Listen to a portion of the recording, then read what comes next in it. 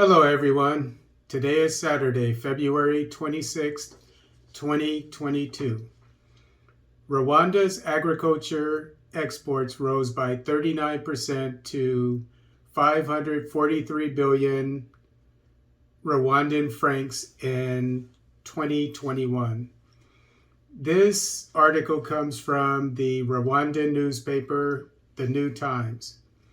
Rwanda earned over $543 million, about 543 billion Rwandan francs, in agricultural export revenues from January to December 2021 against over $390 million of the same period in 2020, representing an increase of 39%. Transport of people to Europe and other destinations became regular, which allowed trade with Europe and the rest of the world. The report indicated that tea, coffee, flowers, fruits, and vegetable unit prices were also showing positive trends, thus contributing to the realized good export performance compared to the same period of 2020. From January to December 2021, over 35.2 million kilograms of processed tea were sold at $96.7 million against 32.7 million kilograms sold for $90.2 million in the same period of 2020. From January to December 2021, Rwanda exported 17.4 million kilograms of coffee, which raked in $78.3 million in revenues, compared to over 16.1 million kilograms that fetched $55.2 million in the same period of 2020. January to December 2021, Rwanda exported more than 3.4 million kilograms of dairy products, which generated over $5 million compared to 4.2 million kilograms it exported in the same period of the previous year for over $3.6 million. James Besaruka, the managing director of Inyange Industries, told the New Times that the good performance realized for 2021 was thanks to the relative opening up of the markets as the restrictions associated with the COVID-19 pandemic eased compared to 2020. Meanwhile, he indicated that the export market for Rwanda's dairy products was expanding, citing markets Gabon and Central African Republic.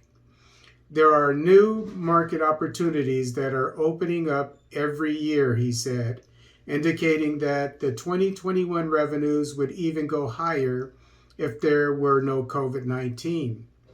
You realize that the Africa Free Trade Movement, African Continental Free Trade Area, will bring major changes. With it, there is a spirit among African countries to buy products from within the continent rather than importing them from Europe, he said, adding that some countries were contacting Inyange so that it supplies them with dairy products.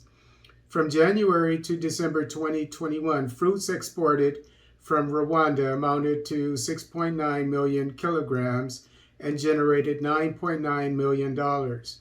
Rwanda's land is still ideal for horticulture production, which makes us have quality produce, she said, adding that when customers like a product, they order more of it. Flowers were also one of the best performers in the agricultural export sector, with over 1.3 kilograms of flowers exported in 2021 to generate $8.8 million, up from over 936,200 kilograms exported in 2020 for $5.5 million. So it shows that Rwanda, like any other sub-Saharan African country, is able to produce a lot of agricultural products and sell them at a profit. They made more money last year. So the earnings that sub-Saharan African nations can make from agriculture should be growing. And another thing that was pointed out in this article is the potential of the African Continental Free Trade Area, which will break down all the barriers, the trade barriers, the taxes and so forth, tariffs and all that stuff. That all African nations will be able to trade with each other. And so this shows us the need for all African nations to connect by railroads. And we had a couple of good examples a few days ago. In it was DRC and I think it was Tanzania. I'm not sure, but I think it was Tanzania and the DRC working on an existing railroad, and so that they can trade with each other. And then you had the great example of the first African electrified railway between Djibouti and Ethiopia.